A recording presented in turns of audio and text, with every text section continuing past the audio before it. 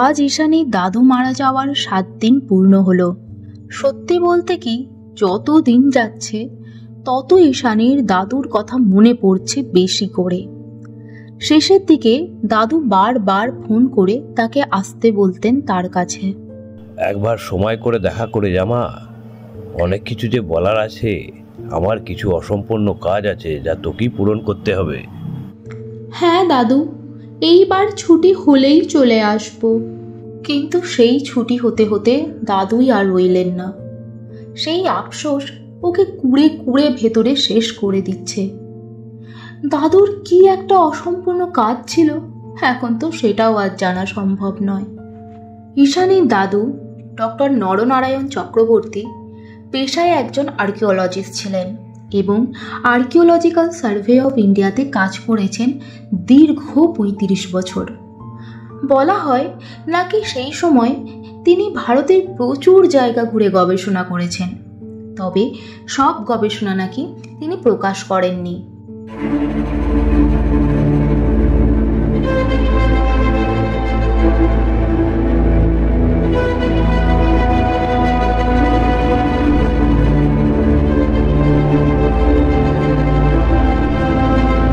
তিনি বলতেন, এখনো আমাদের সমাজের মানুষ সব রহস্য জানার জন্য প্রস্তুত নয়।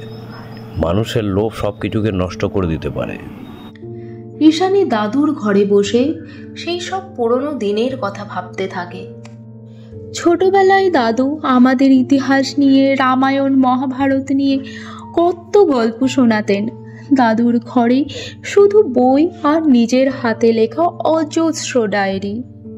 জানি দাদু, তোমার খুব ইচ্ছে ছিল যে আমি বড় হয়ে তোমার গবেষণাকে আরও এগিয়ে নিয়ে যাই, কিন্তু বুঝতেই তো পারো ইঞ্জিনিয়ারিং পড়ার চাপে এখন আর ভারতের ইতিহাস সাহিত্য কিছুই পড়া হয় না। এইসব 5-7 ভাবতে ভাবতে ঈশানী কখন দাদুর ঘরে শুয়ে ঘুমিয়ে পড়ে। ঘুমের মধ্যে সে স্বপ্ন দেখে দাদু তার কাছে এসে বসেছেন, মাথায় হাত বুলাচ্ছেন আর তাকে নাকি বলছেন, তোকে একটা দায়িত্ব দিয়ে যাচ্ছি মা, পূরণ করিস। তারপর হঠাৎ ঈশানীর ঘুম ভেঙে যায়। দেখে খাটে তার ঠিক মাথার পাশে একটা ডায়েরি পড়ে আছে। এটা কি? দাদুর হাতে লেখা ডায়েরি? তাহলে ওটা কি স্বপ্ন ছিল না? ডায়েরি খুলতেই দেখে দাদুর হাতে বড় বড় অক্ষরে লেখা, এই রহস্য সেই উদ্ঘাটন করতে পারবে যার মনে অহংকার ও লালসার জায়গা নেই। কি রহস্যের কথা বলেছেন দাদু এখানে? আর কাকেই বা এই রহস্য খুঁজে বের করতে হবে? এই ভেবে ঈশানী ডায়েরির পাতা উল্টাতেই দেখল কোণার্কের সূর্য মন্দিরের ছবি। এখানে সে ছোটবেলায় বহুবার দাদু ঠাকুমার সাথে এসেছে। দাদু বলতেন এই মন্দির নাকি খুবই রহস্যময়। দাদু এখানে বেশ কিছু বছর গবেষণার কাজও করেছেন। কি জানি খুঁজতেন এখানে, কাউকে বলেননি। তবে শোনা যায় তিনি নাকি কিছু খুব গুরুত্বপূর্ণ সূত্র পেয়েছিলেন এখানে, যার পর ওখানকার গবেষণা বন্ধ করে দেন। শেষবার যখন দাদুর সাথে এখানে এসেছিল ঈশানী, দাদু বলেছিলেন, শোনো ঈশানী, এই প্রকৃতিতে এমন অনেক চমৎকার আছে যা এখনো মানুষের অজানা। তুমি যদি তা জানতে চাও, তোমাকে তার যোগ্য হতে হবে। ওই যে তোমাদের স্পাইডারম্যান মুভিতে বলা আছে না, শক্তি অর্জনের সাথে সাথে দায়িত্ববোধও অর্জনের দরকার। এখানে লেখা আছে যে এই মন্দির পৃথিবীর সবচেয়ে শক্তিশালী কবচ কুণ্ডলের ঠিকানা। কবচ কুণ্ডল মানে কি? মহাভারতের সেই মহান বীর কর্ণের কবচ কুণ্ডলের কথা বলা হচ্ছে। কারণ এর থেকে বেশি শক্তিশালী কবচ পৃথিবীতে আর কি বা হতে পারে। আর হ্যাঁ, কোণার্কের মন্দিরও তো সূর্য ভগবানকে উৎসর্গিত। আর কর্ণ ছিলেন সূর্য দেবতার মানস পুত্র। ঠিক সব যেন কেমন মিলে যাচ্ছে। একবার ওখানে গিয়ে দেখা যাক বরং। এই ভেবে সে তখনই ক্যাব বুক করে বেরিয়ে পড়ল কোণার্কের উদ্দেশ্যে।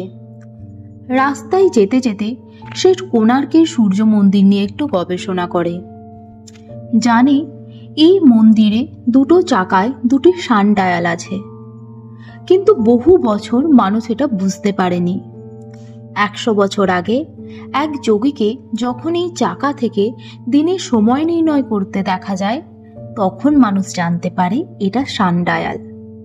কিন্তু বাকি চাকাগুলোই কি আছে এটা জিজ্ঞেস করতেই যোগীজি ওখান থেকে খুব তাড়াতাড়ি চলে যান।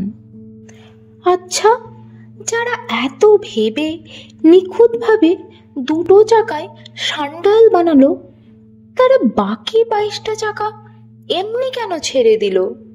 জানা যায় এই মন্দির নাকি সূর্য ভগবানের রথ, যার সামনে 7টি ঘোড়া রামধনু 7টি রঙকে নির্দেশ করে। কি অসাধারণ সুন্দর এর কারুকাজ! আর ধৈর্য থাকছে না, কখন যে পৌঁছবো। এর কিছু পরেই ঈশানী কোণার্ক মন্দিরের গেটের সামনে এসে পৌঁছালো। গাড়ি থেকে নেমে গেটের সামনে দাঁড়াতেই দেখল দুটি বিশাল সিংহের মূর্তি, তাদের নিচে হাতি আর তারও নিচে মানুষ। দাদুর ডায়েরিতে লেখা আছে, সিংহ এখানে অহংকার আর হাতি লালসার প্রতীক। অর্থাৎ মানুষ এখানে অহংকার আর লালসার নিচে পদপিষ্ট হচ্ছে। ও, তার মানে এটাই দাদু চেয়েছিলেন। আমি এই রহস্য উদ্ঘাটনের আগে এখান থেকেই নিজের অহংকার ও লোভকে ত্যাগ করি। ঠিক আছে, হে মহাবিশ্ব, আমি তোমাকে কথা দিলাম, আমি যদি কোনো অপরিসীম শক্তির সন্ধান পাই, সেটা আমি নিজের স্বার্থে ব্যবহার করব না, নিজের বুদ্ধি অনুযায়ী সেটাকে রক্ষা করব। এই বলে ভিতরে কিছু দূর যেতেই এক গেরুয়া বসন পরা যোগী তাকে ডাকে। আচ্ছা, কি খুঁজছিস? আর যা খুঁজছিস তা কি সত্যি জানার ক্ষমতা আছে তোর মধ্যে? আপনি কি, আর কি করেই বা জানলেন আমি কি খুঁজছি? তোর দাদু বলল রে, সে তো আমার চেলা ছিল বড়। কি বলছেন এসব? আমার দাদু মারা গেছেন আজ 8 দিন হলো। জানিস, মানুষ মৃত্যুর পর যখন শরীর ত্যাগ করে সে অন্য দুনিয়ায় প্রবেশ করে। তার পক্ষে এই দুনিয়ার কোনো বস্তুকে স্পর্শ করা বা সরানো অসম্ভব। তাহলে তোর কি মনে হয় যে এক মৃত ব্যক্তির এত শারীরিক ক্ষমতা আসে কি করে যে সে একটা ডায়েরি তোর বিছানার পাশে রেখে যায়? কোনো দৈবিক শক্তির সাহায্য ছাড়া এটা কি সম্ভব? আপনি এসব কি করে জানলেন?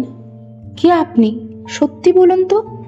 আমি সে যে বছরের পর বছর এই মন্দিরকে রক্ষা করছি। তো দাদুকে ওই পরলোক থেকে এই দুনিয়ায় কিছু সময় আসার জন্য শক্তি আমিই দিয়েছিলাম। কি বলছেন এসব? আমার তো মাথা ঘুরছে। ঈশানী, শান্ত হ। এই সাদা বসন পরা যোগীকে দেখা মাত্রই ওই গেরুয়া বসন পরা যোগী ওখান থেকে সরে যান। আমার খুব মাথা ব্যথা করছে, কি করব কিচ্ছু বুঝতে পারছি না।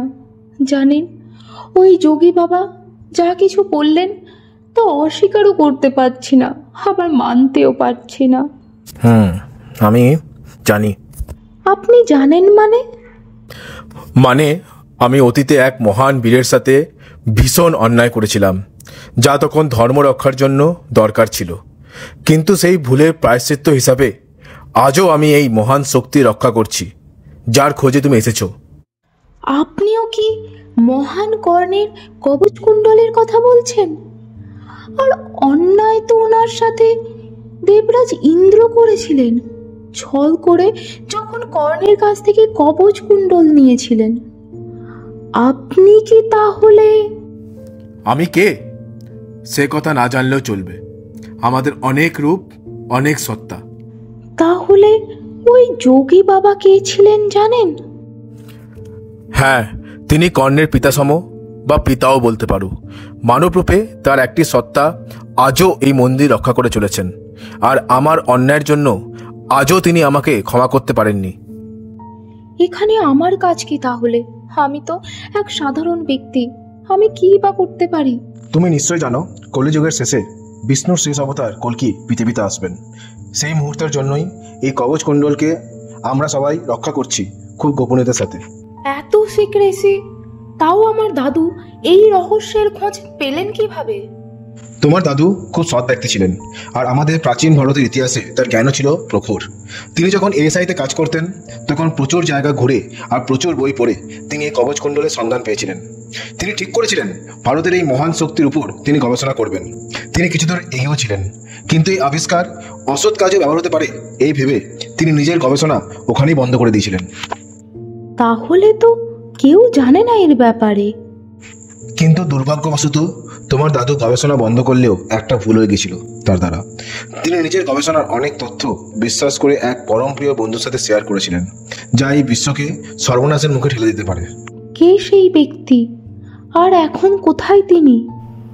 যেমন দেবতাদের মানবিক সত্তা বিভিন্নভাবে পৃথিবীকে রক্ষা করছে, তেমন ওষুধদেরও মানবিক সত্তা আছে।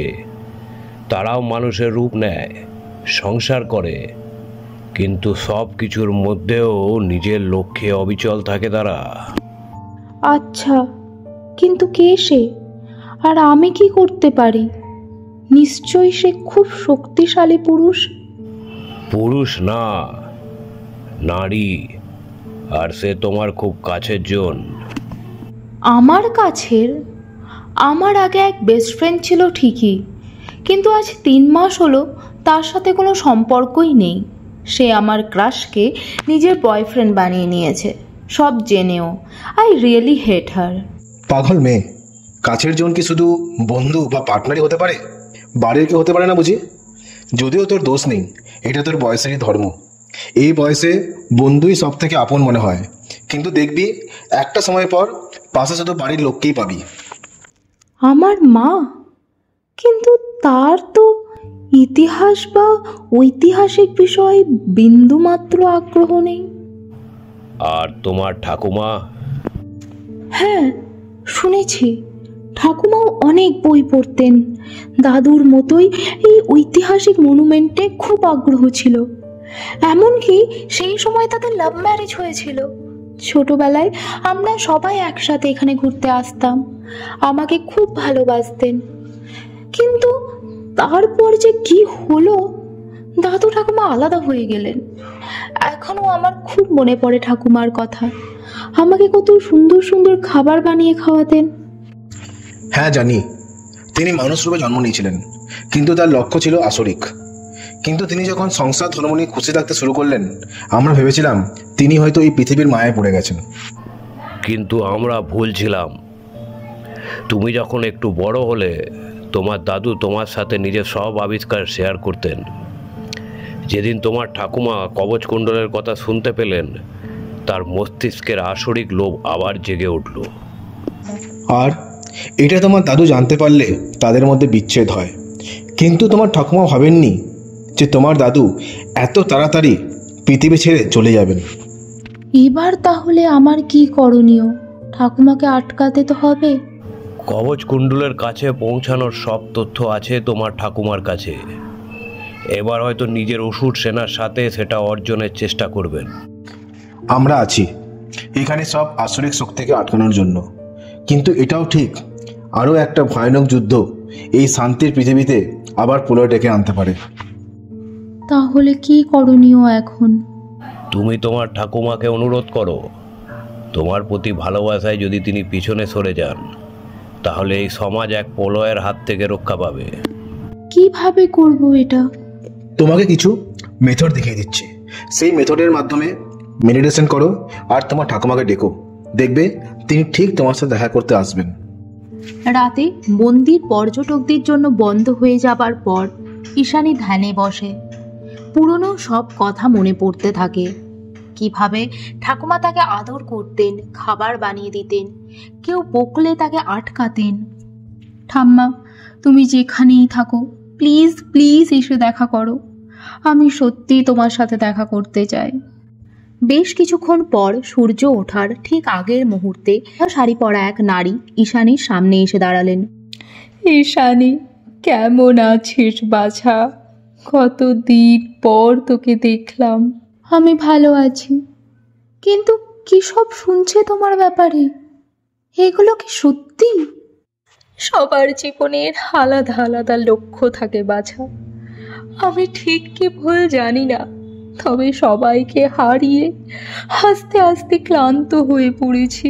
তাহলে এই শক্তির লোভ ছেড়ে দাও না প্লিজ ঠাম্মা।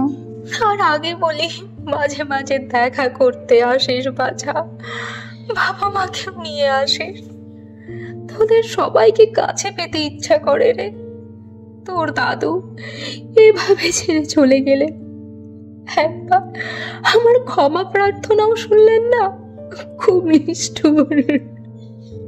ঠিক আছে, আমরা তো আছি এখনো। এবার থেকে তুমি আমাদের সাথেই একসাথে থাকো, তোমাকে আর একা থাকতে হবে না। চল, এই খুশিতে তোকে আজ একটা নতুন জিনিস দেখাই। কি? তুই তো নিশ্চয়ই জানিস এই মন্দিরের 24টি চাকার মধ্যে 2টিতে সান্ডায়াল আছে, 22টা এখনো কেউ জানে না কি কাজের। হ্যাঁ, সেটাই তো আশ্চর্যের। চল, আজ তোকে মুন ডায়াল দেখাবো, যা এখনো পৃথিবীতে কেউ আবিষ্কার করতে পারেনি। এরপর ঈশানীর বাবা মা ঠাকুমা সবাই মিলে শান্তিতে বসবাস করতে শুরু করলো।